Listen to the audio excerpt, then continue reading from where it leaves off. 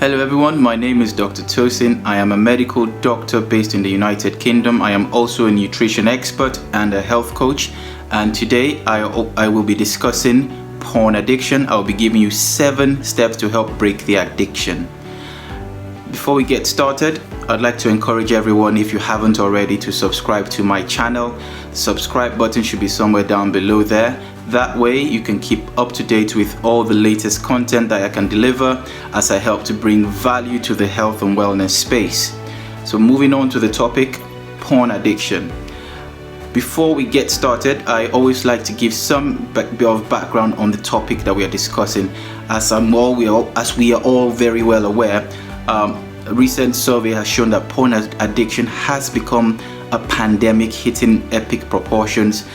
In 2008, the WHO has included it in the group of illnesses called compulsive sexual behavior disorders. So technically, porn addiction has been classified as a mental health illness. Today, the pornography industry is responsible or makes close to or more than $10 billion, more than the NFL, NBA, and the MLB combined. The number of pornographic websites continues to grow at epic proportions. It stands right now at about 1.3 million websites with 250 million pages dedicated to porn on the internet. As we're having this discussion, more than 30,000 people are watching porn this exact second. A website like Pornhub has recorded 33.5 billion visits in 2018, more than Netflix, more than Amazon. Now, for more stats on porn addiction, and if you'd like to learn more, I will put the clicks and links in my description notes below. It's interesting. I mean, from a background as a doctor, you hear people come and say they've been sober, they don't drink anymore. I mean, they've stopped gambling and they've given up gambling. But I've never met anybody that's come and said, I'm sober from watching porn or being porn addicted. Until recently, when I had to see a patient in clinic who was suffering from porn addiction and had come to seek some help, which obviously got me thinking in the light of this topic as well. It's a big social stigma. Nobody likes to discuss it. It's not the general topic you bring to the dinner table, obviously. Nobody likes feeling vulnerable, but obviously it is sometimes that it's in our vulnerability that we do actually find strength.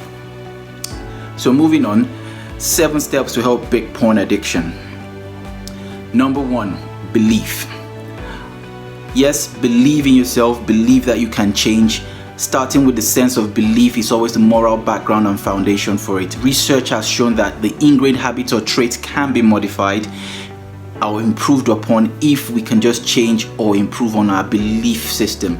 And even back to people like Charles Duhigg, an author of a book called Power of Habit, he points to the fact that people who have success in changing bad habits simply usually start with a baseline of belief. I know it sounds a bit woohoo and there are things that you can work on, but having that as a foundation, believing in yourself, it kind of acts as a constant reminder to empower yourself, to give yourself the self-belief. That's the word I'll use.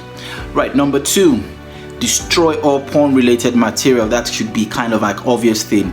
Delete all material from your computers, all magazines, delete it from your phones, your iPads, your tablets, or anywhere you can find any material related to porn. I mean, it's so simple. If it's there, you are going to use it and the craving will be strong and you will not be able to resist the craving. I mean, the same centers in the brain that are stimulated for alcohol, for drugs, are stimulated for porn addiction as well. And obviously, if you can't do it, you get a friend or someone like a partner to help you get rid of everything. Next, number 3, install a good filter or accountability program on any of your devices like your computer, your TV, and your phones. And that way, if you're going to gain any self-control over sexualized images everywhere, it can help you protect you from seeing things. I mean, we've got accountability programs like Covenant Eyes, Porn Blocker, Porn Shield, etc., which are on every device, and you can download it on iOS or on Android, and you can also get stuff to help work on your computer. And don't forget to put on the safety controls on your TV as well. If you've got internet, go to your internet service provider settings and you can change the settings there to help prevent R-rated sites from being displayed. And obviously best way to do it is if you get someone to change the password so that you do not know the password at that point in time. Right, so moving on with that, we can also do things that can help us improve our habits.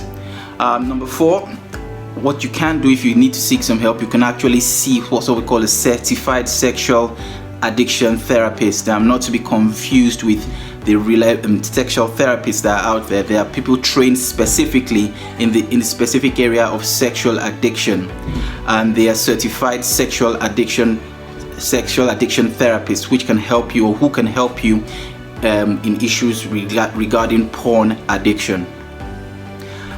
If you're finding difficult googling and finding them, there are places called, like if you Google the Reward Foundation, for instance, they are well known and they can signpost you to the right area to find some help.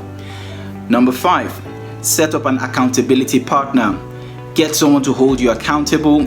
What you can do usually is give them some money, for instance, where they can keep some money for you, something that you know is valuable to you, and set like a target for 100 days and go back to that person after 100 days and say, I've been able to achieve that, and you can either collect your money back or recycle it into another 100-day accountability program.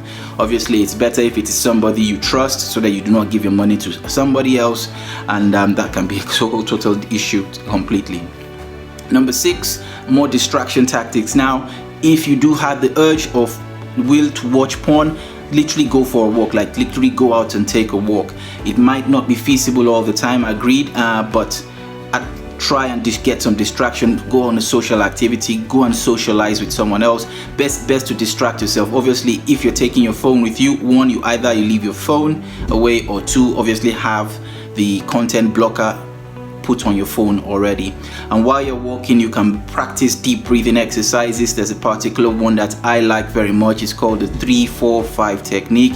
Breathe in for 3, hold for 4, breathe out for 5. Number 7, take a cold shower. Yes, it sounds very strange. If you try and take a cold shower, it's more like a distracting technique. Apparently, cold showers are good for you. They help lower your blood pressure, your stress levels, and control inflammation. Yes, the facts I've put out there, I haven't personally fact-checked that, but I can do that in a minute. Yes, and I'm sure most of you you might find that difficult taking cold showers. Other things I've also proposed for other people to use are literally just do some exercise, push-ups for instance, something to get your mind away or distract you from getting into that habit of binging or watching porn.